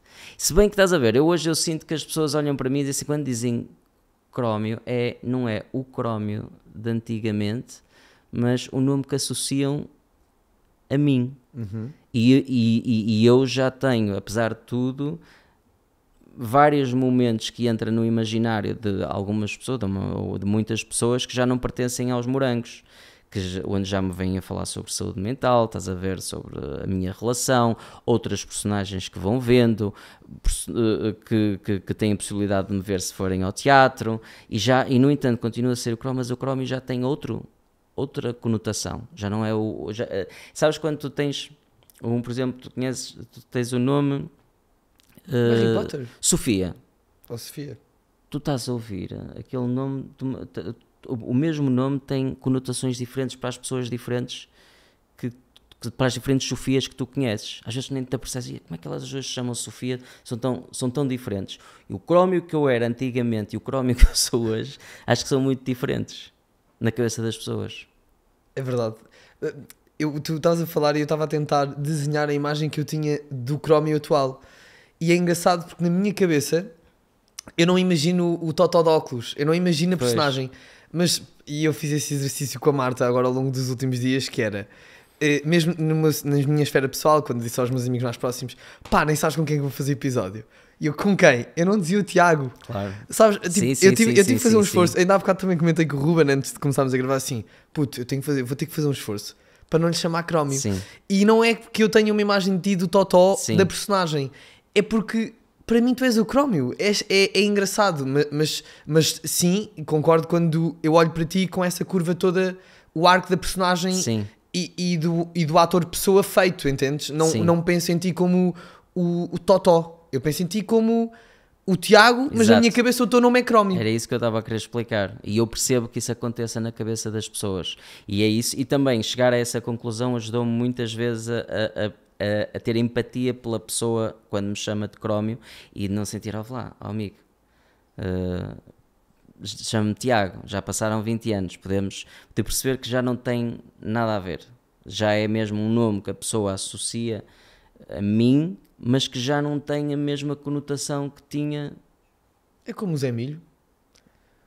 Para mim o Vítor Fonseca. Vítor Fonseca. Para mim ficou o Zé Milho para sempre. Para mim e para os meus amigos. Sim. Percebes? Como o Harry Potter, o Daniel Radcliffe. Exato. Ele não é o Daniel Radcliffe para ninguém. É o Harry Também Potter. teve muitas dificuldades e conseguiu, e está a sair. E a rapariga também que Emma Watson, Hermione. que fazia também, conseguiu, pá, mas é... O Ron Weasley também teve algumas dificuldades, Sim, mas sim. também... O nome do Ron eu não sei mesmo. Sei que é o Ronald Weasley, que é o nome da personagem. Depois também tens aquele ator que fez de Joffrey no Game of Thrones, o Joffrey Baratheon, que eu não sei o nome verdadeiro dele, mas ele falou mesmo que foi... Ele fez de vilão. Pá, são estes presentes envenenados, estes reboçados, não é? Que tu és tão bom a executar o teu papel de ator que depois isso pode ter o reverso da medalha de te impedir de arranjar novos trabalhos porque ficaste conotado agarrado a uma personagem. Exato. E isso é isso que depois que tem que haver umas mentes que até as considero brilhantes, que não devia-se considerar brilhantismo a isto, que é das pessoas que estão em frente aos projetos de pensar assim, fogo, mano. Até vai ser interessante, olha lá, pôr este gajo que tem, as pessoas têm uma memória completamente, uma memória muito personalizada daquilo que ele é, e pô-lo a fazer uma coisa completamente diferente porque ele é capaz, que isto vai criar interesse em quem está a ver, tipo, ei, olha, aquele é o Crómio. olha o Crómio acabou de matar aquele. É verdade, mas é verdade, acho que isso é... Se o Crómio mata? É verdade. E também reparei muito, e é um tema que eu quero trazer para aqui, sobre tu dizes ser obcecado com a verdade. Sim. E achei curioso, porque há pouco tu disseste uma coisa, estavas a descrever Marina e disseste assim, pá, uma coisa muito importante sobre ela também é que eu confio 100% nela. E eu sinto que para ti a verdade e a confiança andam muito de mãos dadas. Corrijo-me se eu estiver enganado. Sim. Pá, e identifiquei-me imenso ao ouvir várias das tuas histórias que relataste noutras entrevistas. Como, por exemplo, o facto de teres sido traído num campo de férias. Sim. Não podias sair do campo de férias, tiveste que levar com a miúda e com o outro, com o gajo lá. Pronto, e eu também já fui traído. E também tenho problemas de confiança não própria. Aliás, problemas de confiança própria todos temos, mas de confiar numa pessoa cegamente. Sim. E o que eu quero dizer com isto, o que eu quero perguntar e onde eu quero chegar, estou aqui já a dar rotundas. Porquê que tu sentes que a verdade é... Essa tua obsessão com a verdade é importante porque já sofreste? Porque já foste enganado? Ou porque é a tua única forma de conseguir viver a vida? Sim, porque acho que se tu não conseguires ser verdadeiro contigo próprio, vais andar sempre... Os resultados daquilo que tu estás à procura vão ser sempre falsos. Pá, nunca vais perceber o que é que deu origem a isto. Então, se eu não estou a ser verdadeiro, é muito mais difícil, tudo torna-se muito mais difícil. Pá, porque tu estás a ter resultados em base de algo que não é real, não é verdadeiro. Então torna-se tudo muito mais complicado. Para mim é muito mais fácil a vida se a pessoa for verdadeiro, não é? Porque tu percebes, ok, isto 2 mais 2 são 4, meu, pronto, man, é isto. Agora, se transformas o 2 num 3 e dizes que é 4... Tu às tantas e começas, as contas continuam, tu já nem sabes onde é que começaste, já estás tão habituado a mudar o sentido das coisas. Não é isto, é aquilo, não é isto, às tantas já nem sabes quem és. Mas como é que tu... Para mim é só por ser mais fácil, é muito mais fácil, mano. Torna-se muito mais fácil e é muito mais prazeroso, meu, porque as tuas escolhas tornam-se mais óbvias, tu estás com quem gostas, tu fazes o que queres, ou tu percebes que quando fazes o que não queres, fazes porque se tens noção do que estás a fazer, porque não queres, mas dura 2 meses, ok, pronto, ok, eu faço, está bem, mas sabes com o que é que estás a lidar. Mas às vezes a nossa mente, não sentes que a mente nos engana sobre aquilo que nós queremos? E sobre aquilo que é verdade? Claro, mas isso é a nossa verdade. Tipo, na altura, isso eu não sei, eu posso estar a mentir-me a mim próprio, tipo, mas eu estou na minha verdade. Posso estar a acreditar, ok, não, eu quero muito fazer isto, e se calhar quero mesmo, e se calhar só quando estiver a fazer é que vou perceber que não, olha, não era este projeto que eu queria fazer, pá. Isso acontece tantas vezes na vida, não é? Meu, mas na altura achei que era, por isso é que eu não me arrependo, quando me perguntam, tens arrependimentos? Não tenho. Porque na altura que eu fiz as coisas, na altura que eu tomei as decisões, eu tomei-as como fiz da melhor maneira que sabia. Sabendo que hoje eu não faria igual, tipo, se voltasse a acontecer. Mas na altura eu fiz com as ferramentas que eu tinha, fiz o melhor que sabia, mano. Essa tua verdade também te faz ser bué da vulnerável. Yeah. E tu és uma pessoa sensível. E eu tenho uma perspectiva um bocado diferente da tua em relação à vulnerabilidade. Que é... Admiro muito a tua forma de estar, mas pergunto-te, não sentes que às vezes isso te torna mais frágil do que aquilo do que se calhar a situação pede? Ou seja, percebes o que eu quero dizer? É incrível como a vulnerabilidade nos traz empatia. Eu acho que só com a vulnerabilidade tu conheces verdadeiramente alguém. E os momentos mais bonitos que eu tive na minha vida não existiriam se não tivesse tido vulnerabilidade. Claro que me torna frágil. Eu agora já aprendi quando é que eu posso ser vulnerável.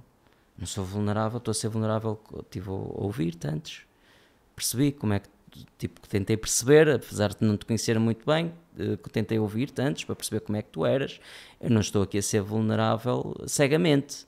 Se eu sentisse que não me apetecia falar sobre estas coisas, se eu não confiasse em ti, eu não ia estar aqui a falar sobre estas coisas contigo. Tipo, ia ser muito mais cauteloso, se calhar ter um sorriso muito mais fechado, e ias ver uma pessoa com defesas, porque estou a proteger-me. Eu sou vulnerável com quem eu escolho ser vulnerável. E agora aprendi com o tempo com quem é que eu o posso fazer, e sem dúvida que quando o faço é tudo muito mais fácil, tudo muito mais bonito. Agora achas que eu vou assim...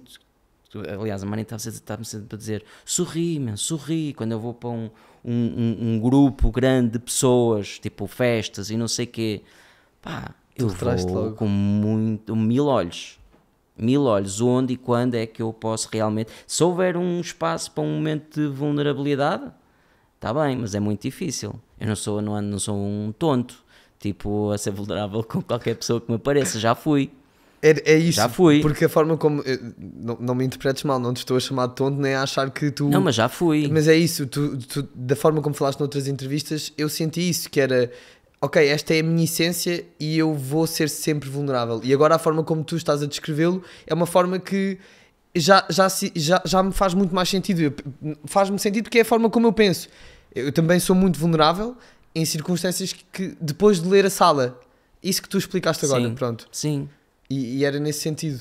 Agora, por exemplo, claro que aqui é uma situação específica. Eu confio em ti dentro das circunstâncias que nos que me permite conhecer-te. Não temos tanto tempo para ver essa confiança, mas há um mínimo. E depois saber que aquilo que eu estou a dizer e a falar pode, de certa forma, esta vulnerabilidade vai para quem me está a ver. Não é? Que pode, de certa forma, ajudar alguém, porque sem esta vulnerabilidade, sem esta empatia, as pessoas não sentem nada, estão a ver um boneco, uma máscara, e é mais difícil de haver troca de experiências. Sem dúvida. Então isto é o local ideal para se poder, não é? Para podermos ser vulneráveis. Se eu tivesse uma conversa de 2 horas, sempre que eu encontrasse alguém na rua que quisesse falar comigo, estava morto. Yeah. Não tinha tempo para respirar. Não, mas sabes que pronto, era exatamente essa a conclusão que eu queria chegar, porque a minha experiência pessoal é mesmo essa. Eu tive que ir limando a forma como eu me apresentava vulnerável ao mundo, muitas das vezes. Contudo, também não me faz sentido ser de outra forma. E quanto mais me permitia o exercício da vulnerabilidade aqui, desde que tenho o podcast, e noutros em que fui convidado, é quando sinto exatamente aquilo que descreveste agora, é impacto as pessoas, não é? Porque no fim do dia somos todos humanos e nós somos todos muito parecidos. E às vezes estamos a sentir coisas que achamos que só nós é que estamos a sentir. Olha, tal como deste o exemplo há pouco do teu psicoterapeuta que te disse, Tiago, não és o único no mundo a sentir isto. Depois lá em casa, para quem quer que nos esteja a ouvir, ressoa, ecoa, faz sentido. E ainda este fim de semana recebi uma mensagem de uma miúda que me disse: pá, olha, ouvi o teu episódio com a Mariana, que foi um episódio que eu fiz, tipo, imagina, há 4, 5 meses, ainda bem que o ouvi agora porque foi quando me fez todo o sentido.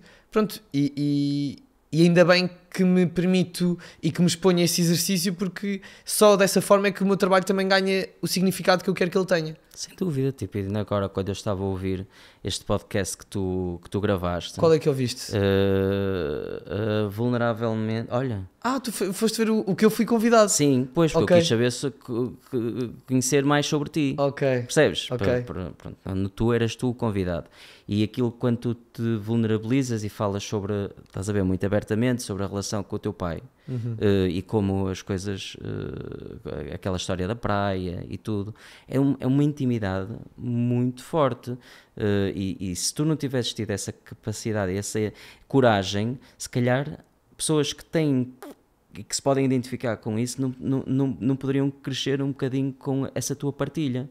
Foi muito importante, de certeza absoluta, para muita gente que tem uma relação assim ou parecida com os seus pais, ouvir a tua história. É muito importante isso, tipo, a forma como tu te vulnerabilizaste e com genuinidade e com verdade. Tu percebes que tu estás, e da forma que tu falas da terapia e tudo, portanto, quando há espaço para isso, acho que só saímos a ganhar, não é? Verdade. Uau, não estava nada à espera que tivesses ido ver esse episódio. Yeah. É que esse realmente foi ali apanhado. Yeah, eu abri-me, porque também me pus quando fui convidado pela Lara, que é a minha amiga e a minha sócia. Eu recebo aqui pessoas que já recebi aqui pessoas que não se deram ao exercício da entrega, não é? Vêm para aqui montadas num boneco que está tudo, pronto, está certo. Eu agora tento fazer uma análise, não é? Antes de convidar a pessoa, deixa-me tentar perceber que tipo de conversa é que eu vou conseguir extrair daqui, porque depois dos meus episódios, repara, eu tenho isto na mão porque sou meio hiperativo e gosto de ter coisas na mão. És profissional. Pronto, sim, e realmente tenho aqui, se me desse uma branca, eu tenho aqui muito por onde ir buscar. Mas como um objetivo com este podcast é realmente ter conversas, ter uma pessoa que depois vem montada num boneco e se fecha, torna o meu trabalho difícil, e não é o trabalho difícil, o produto não fica fixe. Percebes? Mas estás a ver, também parte de mim, eu garanto-te que se eu não tivesse ouvido esse episódio, eu estava muito mais fechado aqui. Ok. Porque também tem que haver da minha parte, eu estou a falar com alguém que tem uma história, eu só venho aqui contar a minha história sem querer saber um bocadinho de ti, para perceber com quem é que eu estou a falar, então, mano, estou só aqui num exercício de ego. Nós somos duas pessoas aqui, quanto mais eu souber de ti, eu gosto pelo menos de ter um bocadinho de informação. Eu senti, assim que eu estava a ouvir, eu acabei de ouvir, assim, ok, a minha atitude vai ser diferente, tipo, e eu por isso eu ouvia hoje antes de vir para aqui, assim, vou com outro espírito, eu vim com um sorriso, vim mais disposto a estar vulnerável. Fico feliz, muito feliz. Agora foi muito fixe, pá. És sem dúvida, pronto, foste e és uma inspiração. Estar a conversar contigo está-me a saber mesmo muito bem.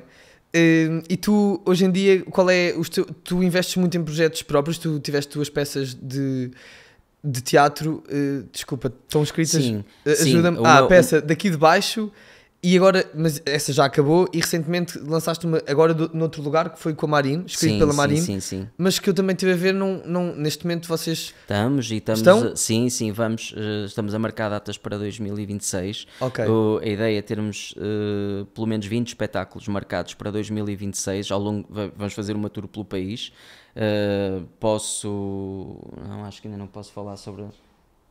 Não, Lisboa, eu sei, não é isso, mas sobre a parceria. Nós temos uma parceria com uma associação a nível nacional que também vai ser muito, muito importante, não só para nós como para eles, vamos nos ajudar mutuamente, e é um espetáculo que está muito, muito vivo ainda, e que me deu foi talvez dos exercícios mais difíceis como ator da minha, foi o mais difícil, toda a preparação e todo o ambiente que rodeia este espetáculo e esta peça, que é escrita brilhantemente pela Marine.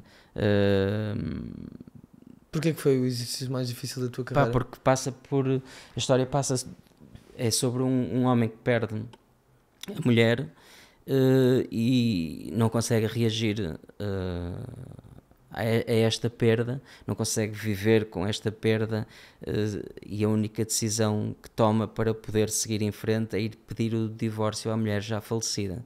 E então é esta conversa que ele tem durante 1 hora, que é a que vemos, não sabemos o que é que aconteceu antes dessa hora começar, mas é esta conversa que vemos no cemitério, deste homem num colapso emocional, físico, e de que forma é que ele se transforma e se permite transformar. E estás a ver, é mais um espetáculo, é de uma vulnerabilidade gigante, é ir a lugares muito difíceis. Então o processo de ensaio foi muito complicado, porque este espetáculo é escrito pela Marina. A Marina é sobrevivente oncológica. A Marina tem muitas histórias que inspiraram este espetáculo. Ela é uma brilhante escritora e é a forma como ela junta todas estas histórias que a transforma o espetáculo naquilo que ela é. Por mais histórias que ela tivesse vivido, se elas não soubesse passar para o papel, eles não funcionavam. Mas vem de experiências reais. Então eu sei, quando estou a ler aquilo e a interpretar aquelas palavras, e sinto na pele que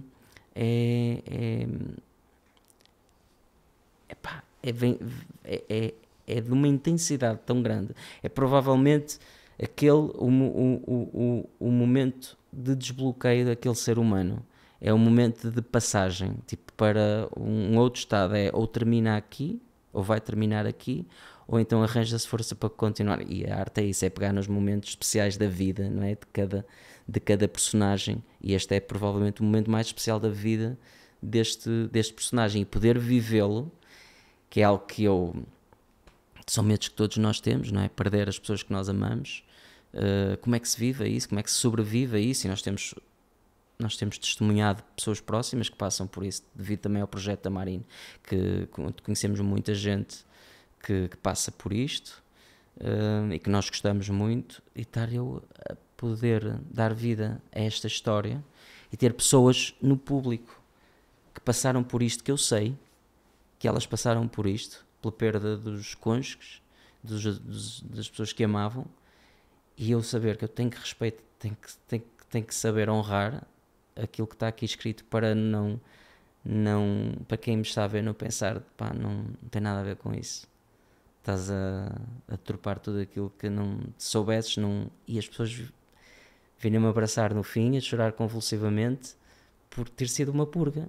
Para também se emocionar aqui um bocadinho, mas é tipo, por ser uma purga para elas também, eu poder ter também ajudado de certa forma a isso, e haver tipo este espaço para as pessoas crescerem com um objeto artístico, tipo, poderem desbloquear coisas com um objeto artístico, dores gigantes de perder a pessoa que amavam, e de repente aquilo desbloqueia qualquer coisa.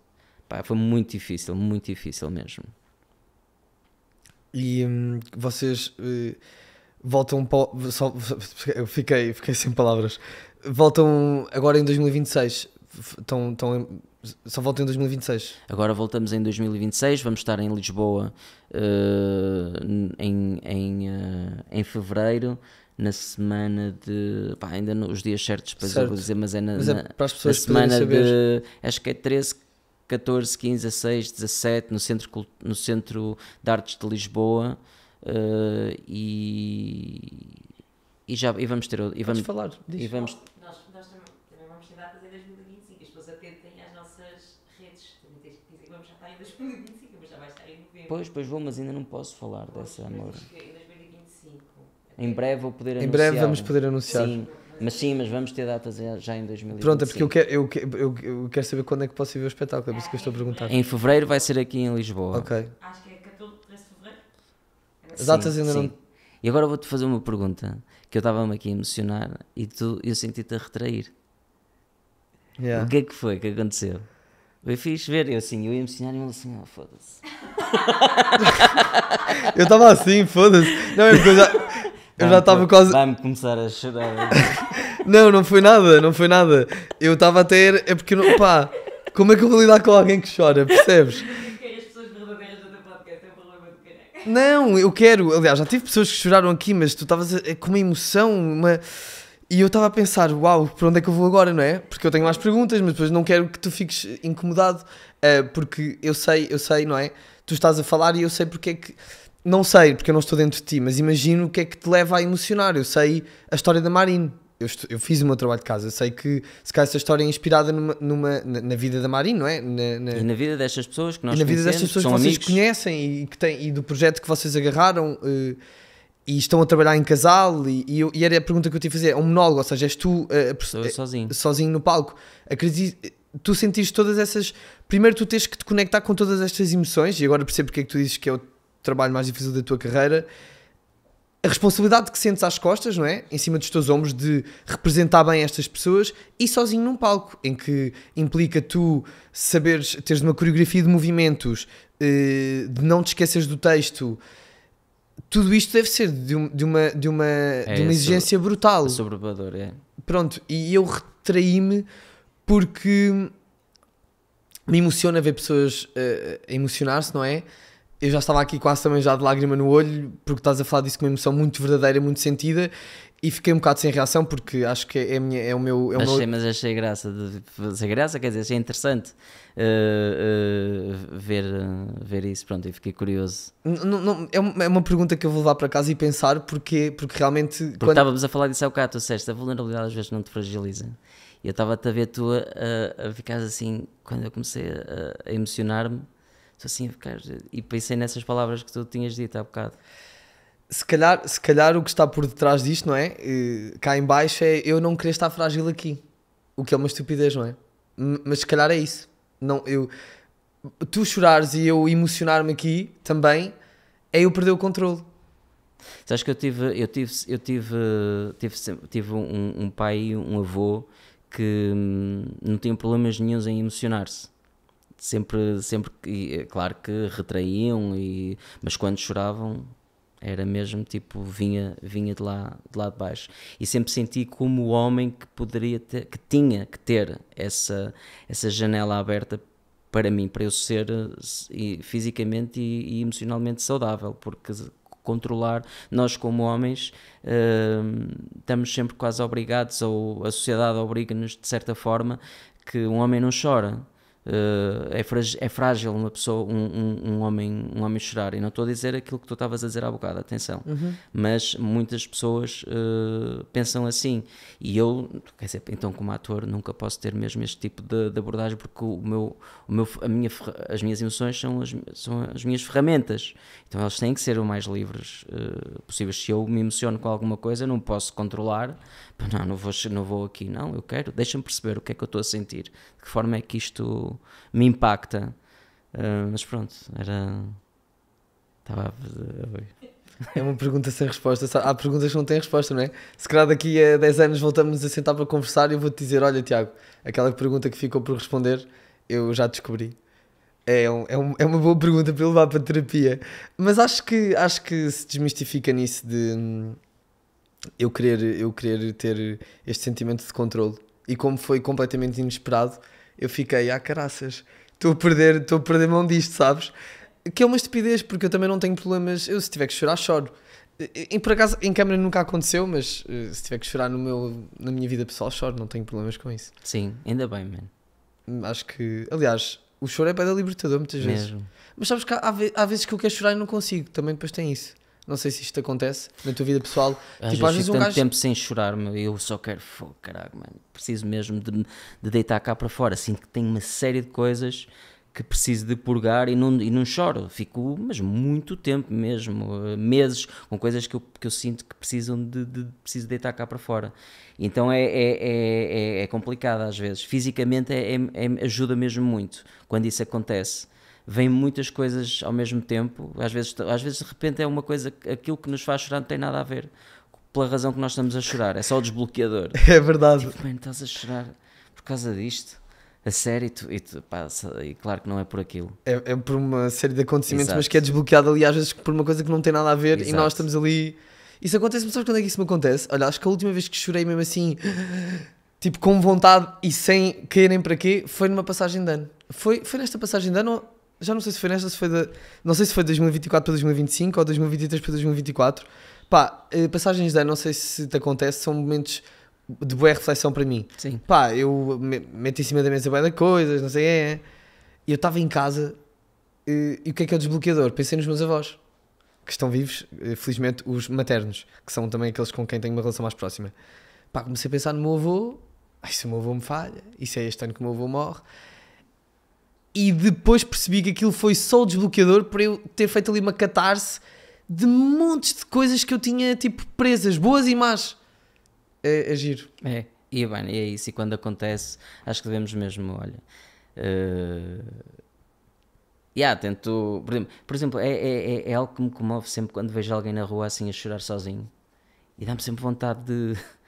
de ir lá, e tentar ajudar, e fico sempre... Já cheguei a fazer isso, e foi importante até, a pessoa sentir-se mesmo ouvida, estava a precisar, mas às vezes a pessoa só... Pronto, precisa estar naquele momento sozinho e se calhar só vou atrapalhar, mas acho que o choro é muito importante. Às vezes a vida é feita das oportunidades que agarramos, não é? E às vezes já me aconteceu também ver pessoas a sofrer e depois ficar arrependido de não ter ido lá. Então eu sempre que vejo e há espaço para, eu tento sempre intervir. Eu também, já me aconteceu isso e arrependi-me, tipo, pensar que, pá, controlei-me, tipo, não é o meu espaço, e depois, pá, olha, são esses exemplos que depois nos ajudam, tipo, olha, não, fogo. Para a próxima vais. Para a próxima tem mais vale ter a pessoa, tipo, mandar-te para o caralho, que é mesmo assim, tipo, porque não está naquele momento, mais vale a pessoa fazer isso, mas pelo menos tu fizeste a tua parte, porque se calhar ao contrário tu também gostarias que alguém tivesse esse carinho e esse cuidado contigo. Sim. Muito bem. Pá, Tiago, eu acho que estamos a chegar ao fim. Foi um gosto. Foi uma viagem. Muito feliz que esta piada estava guardada para o início. Sabes que eu não sou humorista, então guardo assim umas piadas que invento na minha cabeça e soltas. Fico muito contente que o comboio que tenhas apanhado em Santa Apolónia há 20 anos atrás tenha trazido a Campanhã. Mas a cena é que eu saí de Campanhã. Porque eu sou do Porto. É verdade. Não, mas eu estou a falar do comboio que apanhaste como Walter Matoso para ser hippie. Estás a ver? Mas olha, mas sabes uma coisa, mas a Campanhã tem mesmo uma importância muito grande na minha vida, porque foi lá que eu partia muitas vezes de... Pá, era quando deixava a casa dos meus pais para vir para Lisboa, eu ia só ao fim de semana lá quando estudava em Lisboa, e muitas vezes, estás a ver, foram momentos de partida para mim, de deixar a família que gostavam. Campanhã tem assim uma importância grande na minha vida, Olha, voltei a Campanha. É verdade. E dizer-te que, não sei se... Pronto, almoçar já almoçámos, mas caso queiras uma sugestão para jantar, sugerir-te Legumes e Outros Vícios, que é o patrocinador oficial do podcast, que tem um restaurante físico em Coimbra e tem um restaurante online também, onde tu podes fazer as tuas encomendas semanais de marmitas saudáveis. Okay. Não sei se tu és aquele tipo de pessoa que come tudo o que te apetece, ou se tens cuidado com a alimentação. Sim, tento ter, tipo, estas férias foi este verão, uma pessoa acaba sempre por perder um bocado o controle, mas com 42 anos tem que ser, já não há hipótese, o corpo já não perdoa, por isso tenho mesmo que ter cuidado. E é uma cena que eu tinha por acaso pensado que gostava, às vezes uma pessoa não tem tempo, especialmente quando está, não estou aqui a tentar, mas acho que faz todo sentido, tipo, uma pessoa às vezes não tem tempo. Quando estás em espetáculos e tudo, tu agora quando começares com trabalhos mais intensos, pá, é espetacular uma pessoa ter assim uma comidinha feita, preparada, saudável, que seja só aquecer, ou às vezes nem é preciso aquecer. Por acaso, neste caso, eles também têm bowls que podes comer frias. Eu mando vir sempre comidas mais consistentes, porque são gajos de alimento, mas sim, salva-me a vida muitas vezes, na correria do dia-a-dia. Boa. Pronto, e para quem nos está a ouvir e quiser experimentar, legumeseoutrovicios.pt, código NEXTSTOP para 20% de desconto na primeira encomenda. Eu tenho aqui a minha gente a observar-me, tive que fazer este momento publicitário com vigor. Não, mas ainda por cima estás a publicitar algo que é saudável. É verdade. E que além de ser saudável tem aqui uma parte emocional também attached, que o restaurante e o negócio é de dois grandes amigos. Boa. E além de ter muito orgulho no que eles construíram, porque é um restaurante que está a crescer a cada dia que passa, e efetivamente a comida é muito boa e é saudável. Muito saborosa. Vou experimentar. Tenho sempre duas perguntas para terminar o podcast, que é pedir-te uma música. Há uma playlist que é curada por todos os convidados. Pode ser a música da tua vida, pode ser uma música que estejas a ouvir muito, deixa ao teu critério. É uma música. Tenho uma música que eu adoro, tipo, estás a ver, olha, é uma música que me emociona muito, que é o Under Pressure dos Queen. Under Pressure, sei. Under Pressure.